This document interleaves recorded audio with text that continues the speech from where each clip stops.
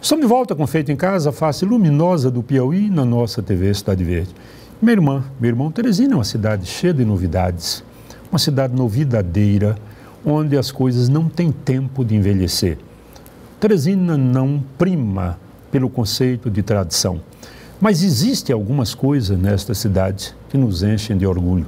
Uma delas é uma empresa que é uma usina de beleza, trapos e fiapos.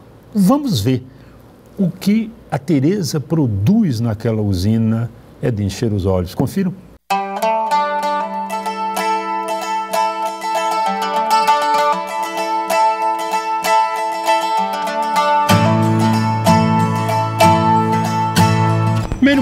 Meu irmão, Teresina é uma cidade que não tem nenhum apreço pela palavra tradição. Teresina é uma cidade mutante, é uma cidade em construção e uma cidade novidadeira. Mas há coisas em Teresina que pegam, há coisas em Teresina que marcam, há coisas que ficam. E um bom exemplo é a Trapos e Fiapos, uma empresa que vem produzindo beleza não apenas para o consumo dos piauienses, mas projetando o Piauí lá fora. Vamos conhecer essa loja, vale a pena sim.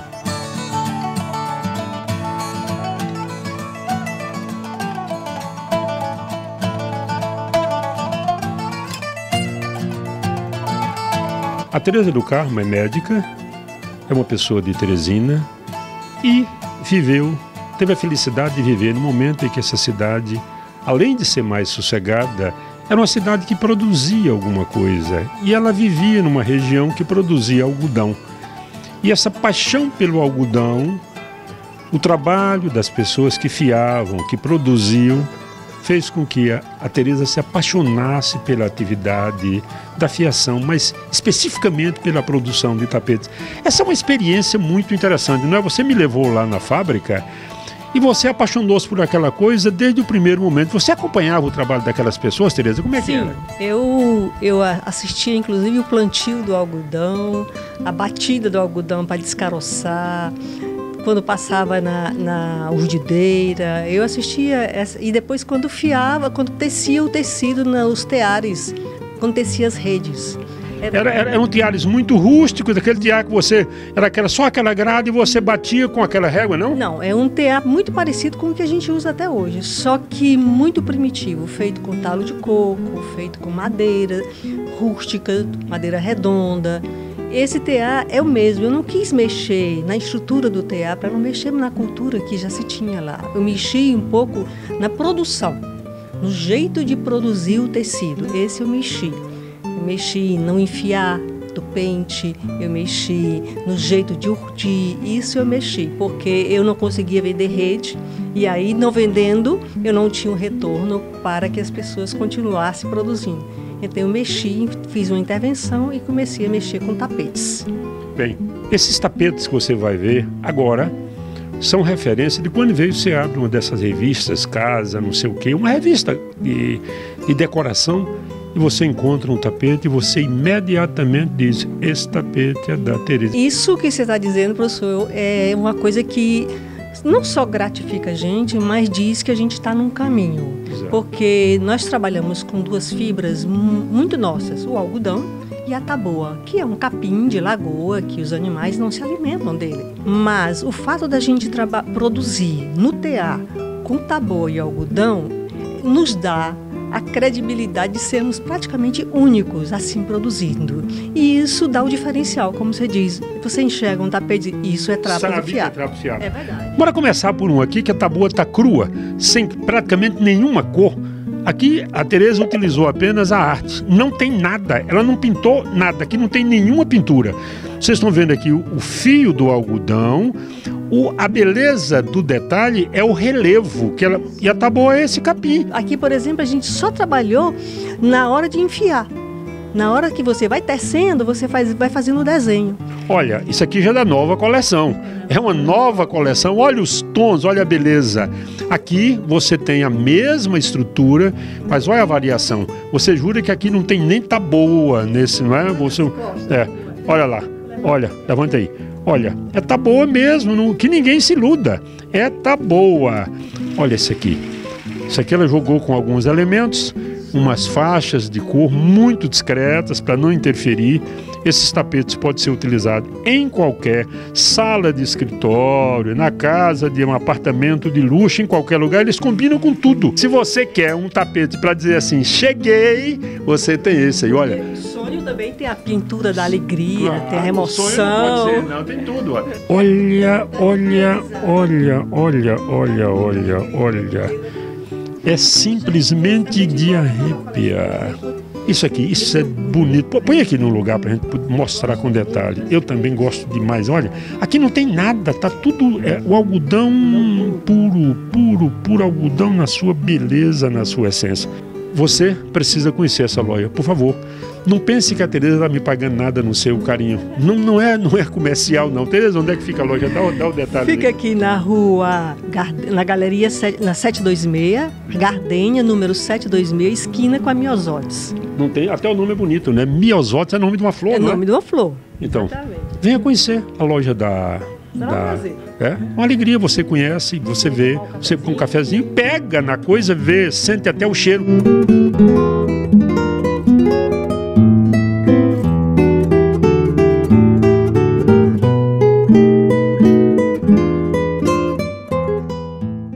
É bom ver o Piauí aparecer bem na fita.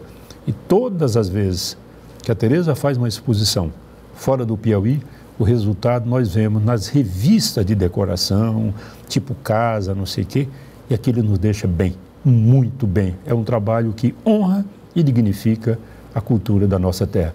E agora vamos para o Cadeira na Calçada conversar com uma cidadã que trabalha com uma terapia muito instigante, que é a música.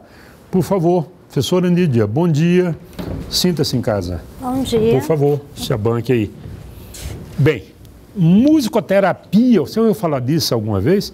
Bom, essa palavra terapia, você sabe, funciona como uma forma de restaurar, ou de regenerar, ou de melhorar, ou de recompor o ser humano quando, de alguma forma, encontra-se em desequilíbrio. Professora, fale um pouco de musicoterapia, porque pouca gente sabe efetivamente o que é isso. Musicoterapia é uma especialidade que tem recursos, métodos para aplicar em pessoas em relação ao tratamento de saúde e com um profissional capacitado.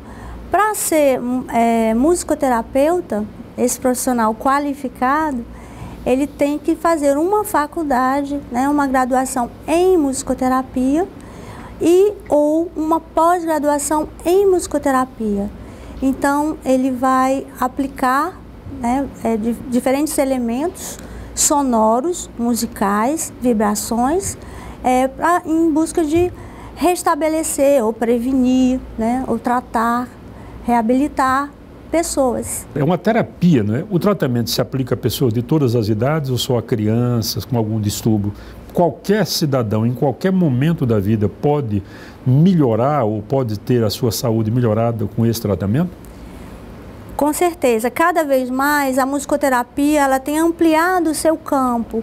Então, todas as idades, inclusive com gestantes, na prevenção.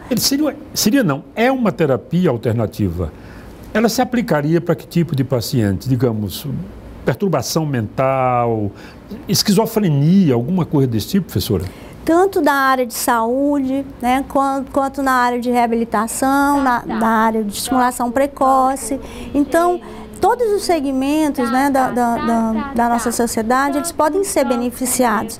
É uma terapia científica, né? Então, assim, nós temos no mundo inteiro, desde o pós-guerra, desde a Segunda Guerra Mundial, como curso, como profissão.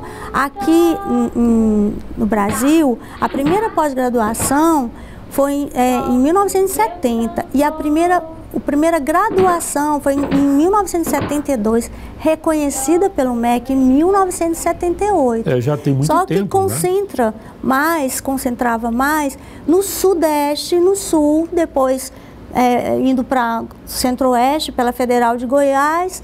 Então, aqui no Nordeste, então, ficou uma carência grande, né? Então, para poder a gente fazer formação, teria que se deslocar, né? Tem que se deslocar, teria. Agora não precisa mais, porque a gente já tem curso em Olinda, na Faculdade de Ciências Humanas de Olinda, eles já estão com 4 turmas formadas, tem um curso em Salvador, né? Já teve graduação, agora são pós-graduações, e agora, assim, eu fiquei muito feliz também que tem um outro curso que iniciou agora em maio em Fortaleza. Bom, isso é bom. Me diga uma coisa, essa terapia se ajusta a autistas? Uma criança autista pode de alguma forma se beneficiar com esse tratamento? É uma das clientelas que mais se beneficiam, né? Inclusive a gente tem uma clientela assim, bem ampla nessa área. A musicoterapia ficou muito conhecida no mundo, principalmente por abrir canais de comunicação muito rápidos com o autista. E a gente, né, tem trabalhos publicados e tudo, e demonstrando que a própria neurociência estuda toda a transformação que o cérebro do autista tem com 18 meses, né, 24 meses, e a forma de perceber determinadas áreas cerebrais, percebe sons e música diferentes. Sim. E a musicoterapia, ela consegue adequar essa percepção, aumentar a comunicação entre os hemisférios cerebrais, consegue também diminuir a hipersensibilidade sonora, consegue também trabalhar a questão da percepção do processamento dos sons e principalmente processamento das palavras, que eles têm lentificado. Então, a musicoterapia, ela é bastante recomendada, principalmente que seja uma das primeiras terapias. Por quê? Porque ela vai facilitar a entrada dos outros profissionais. Uhum.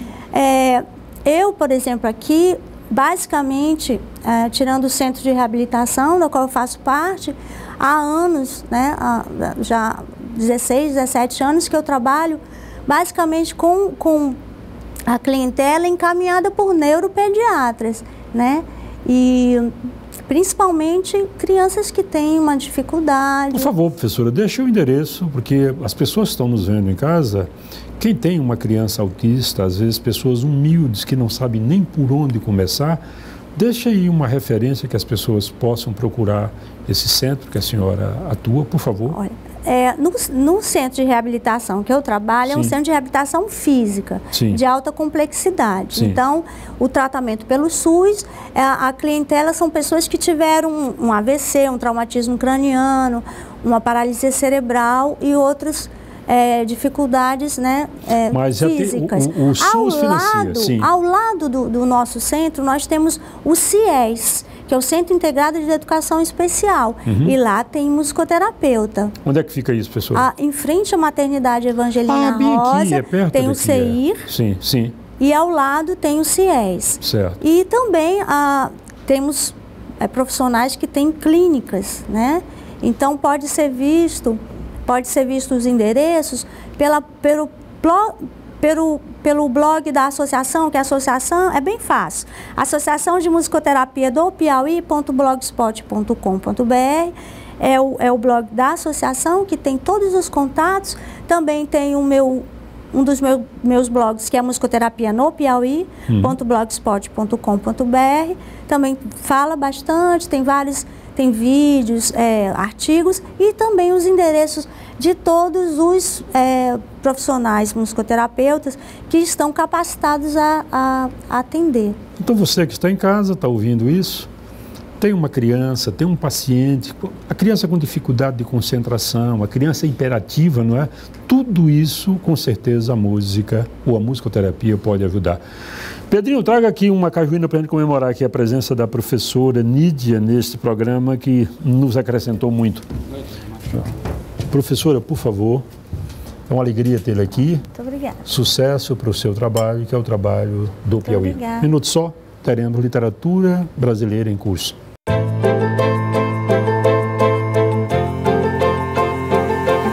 Minhas irmãs, meus irmãos, muito bom dia.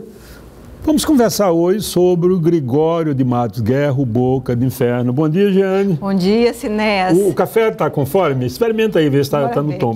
Pensavam que esse café aqui era teatro, né, Jeane? É café. De verdade, feito no capricho pela Dona Dora. Tá uma delícia. Bom, Gregório de Matos Guerra, o Boca do Inferno. Vamos começar com o quê, Jeane? Pois é, o que é real e o que é mito na vida de Gregório de Matos Guerra, hein, professor? É tão complicada a história do Gregório que realmente deu uma bela biografia. A Ana Miranda fez um trabalho bastante bom, a escritora, com o Gregório.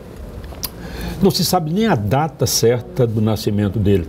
Se 1663 ou se 1666. Em síntese, é muito... 1633 ou 36. Século XVII, né? O que é certo é que ele existiu, é fato.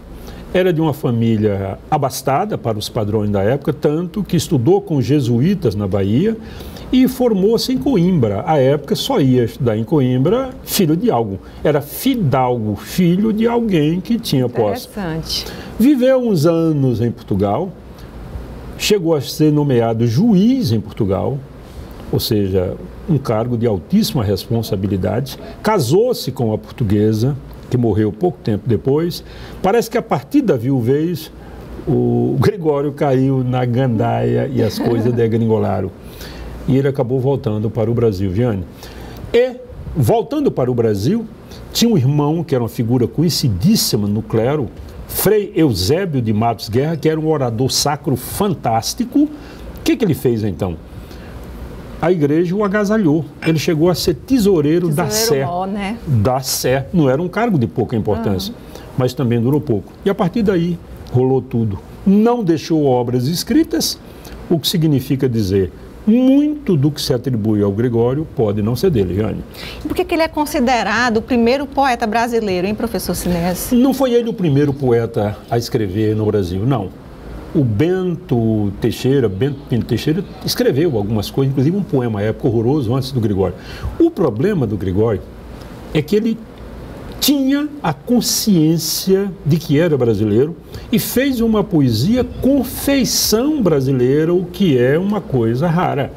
Ele utilizou uma sintaxe, ele utilizou um léxico que não era comum nos poetas da geração dele em Portugal. Ou seja, ele tinha sim consciência de que estava fazendo um trabalho pelo Brasil, em defesa do Brasil. A série de poemas que ele fez, chamada Triste Bahia, até o Caetano Veloso fez música com isso, continua muito atual. Então ele tinha consciência dessa nacionalidade? Pelo menos, nacionalidade eu não sei se, mas brasilidade tinha. Essa coisa de ser um baiano e de ver a Bahia ser dilapidada pelos portugueses, isso incomodava muito. Ele escreveu muitos textos sobre isso aí, lamentando o que acontecia com a Bahia. Vou aproveitar aqui a oportunidade para falar, ler aqui um trechinho leia um texto aí. De epílogos. Sim.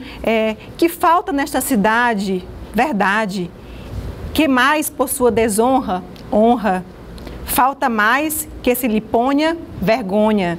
O demo a viver se exponha, por mais que a fama a exalta. Numa cidade onde falta verdade, honra, vergonha. Parece que foi escrito... É o Brasil de hoje, professor. Parece que foi escrito hoje. Você vê no noticiário brasileiro e lendo isso aí... Aliás, meus irmãos, os poetas eram chamados de vates. Vates. E vate vem de vaticinar. Alguém que é capaz de prever o que está por vir. Isso é algo fantástico, não é? Um poeta chamado Cassiano Ricardo, modernista, dizia uma coisa linda. O poeta com a sua lanterna mágica está sempre no princípio de todas as coisas. Olha que lindo. Bonito, não é? Bonito. No princípio de todas as coisas. Então, o Gregório era um poeta brasileiro. E mais, Jeane, uma coisa que você me chamou a atenção antes de começarmos aqui. A história do contraditório no... Você falou isso, não é? Falei sim. A vida dele... era muito desencontrada. Olha, o Gregório de Matos Guerra não apenas experimentou a estética barroca, Ele viveu intensamente uma postura barroca. Incorporou o barroco. Né? Ele aspirava à altura, à divindade, à glória, e se misturava com o que havia de pior. Ele cantava luz e vivia nas trevas. Ele criticava a burguesia e se servia da burguesia comendo o que lhe davam. Então, ninguém traduziu melhor o barroco no Brasil do que o Gregório. Outro traço interessante, eu acho que é a versatilidade, né? Tanto que ele produziu verdadeiros documentos, reportagens. É chamado o primeiro repórter brasileiro, porque ele descrevia o cotidiano da cidade da Bahia, no caso Salvador. Ele descrevia aquilo como se fosse um repórter. Curiosamente, Jânio, ele não falava de índios.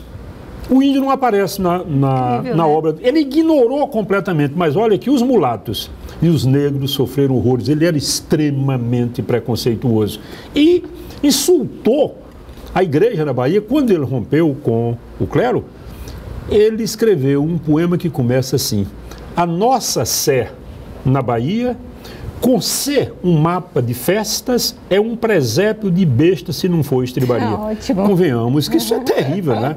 Aí meteu-se a criticar o governador, enquanto as críticas eram sobre a feiura do cidadão, desvios de conduta, o governador segurou mais ou menos bem. Quando ele o chamou de homossexual, nossa. E ele chamou numa época em que ser homossexual, a homossexualidade não era uma virtude, como hoje era um pecado e um crime. Então, ele pagou caro. Pagou muito caro. O Gregório de Matos seria aquela pessoa que a gente pode dizer que perde o amigo, mas não perde a piada. Porque... Eu nem sei se realmente essa coisa da piada no Gregório, ele tocava viola. Sim. Ele tocava viola, segundo consta. Ele tocava viola. Ele gostava de ambientes sórdidos. E ele se comprazia com aquele tipo de sucesso imediato que a piada fazia. Não tem aquelas pessoas que gostam de ser o centro das atenções? Sim. Parece que ele sofria um pouco disso. Sabe o que aconteceu? Foi desterrado para Angola, onde se deu muito mal e só foi perdoado porque houve uma revolta em Angola.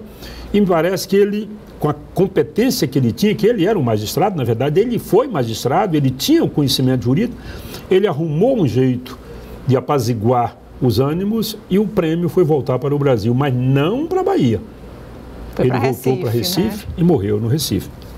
Como vocês estão vendo, uma grande figura, uma né? bela figura humana. Do ponto de vista romanesco, eu acho que o Gregório de Matos Guerra foi e continua sendo um personagem que ainda daria um bom filme. Não é? Tá um belíssimo filme. Aliás, duas figuras que eu acho que seriam fantásticas para um filme. Um é piauiense. O Leonardo de Carvalho Castelo Branco, esse camarada é um personagem acabado, um personagem à procura de um autor. E o Gregório de Matos Guerra, que já mostraram isso em teatro, o Gregório já foi cantado em prosa e verso, mas uma coisa curiosa, não deixou livro impresso. Toda a obra dele foi organizada pela Academia Brasileira de Letras, o Afrânio Peixoto coligiu o que tinha alguma afinidade e dividiu isso em obras sacras, líricas, graciosas, satíricas, mas, segundo os especialistas, muito dos textos atribuídos ao Gregório não são dele. Isso já foi agora no século XX, né? 20, ou seja, passou esse tempo todo sem que se soubesse mais coisas a respeito dele. De uma forma ou de outra, Gregório de Matos Guerra é sim... E desse livro aqui, Eliane, se você conseguir achar esse livrinho por aí, esse livro é ótimo, tem muito Gregório aqui. É uma seleta bastante boa, com a biografia bem escrita, vale a pena. Se vocês encontrarem, não sei, isso foi lançado há muito tempo, não sei se você ainda consegue encontrar, é da Abril. Se encontrar por aí em algum sebo, compre, porque é um livro que vale a pena. E tem também um livro do Hélio Pólvora, chamado Para Conhecer Melhor Gregório de Matos Guerra. Por hoje ficamos por aqui, não é, com o nosso poeta? Foi ótimo nossa conversa. Vamos estabelecer para a próxima um poeta português, que é considerado um pré-romântico, que é o Tomás Antônio Gonzaga, um belíssimo poeta lírico. Mais um grande programa. Mais um grande programa. Um minuto só, já estaremos de volta.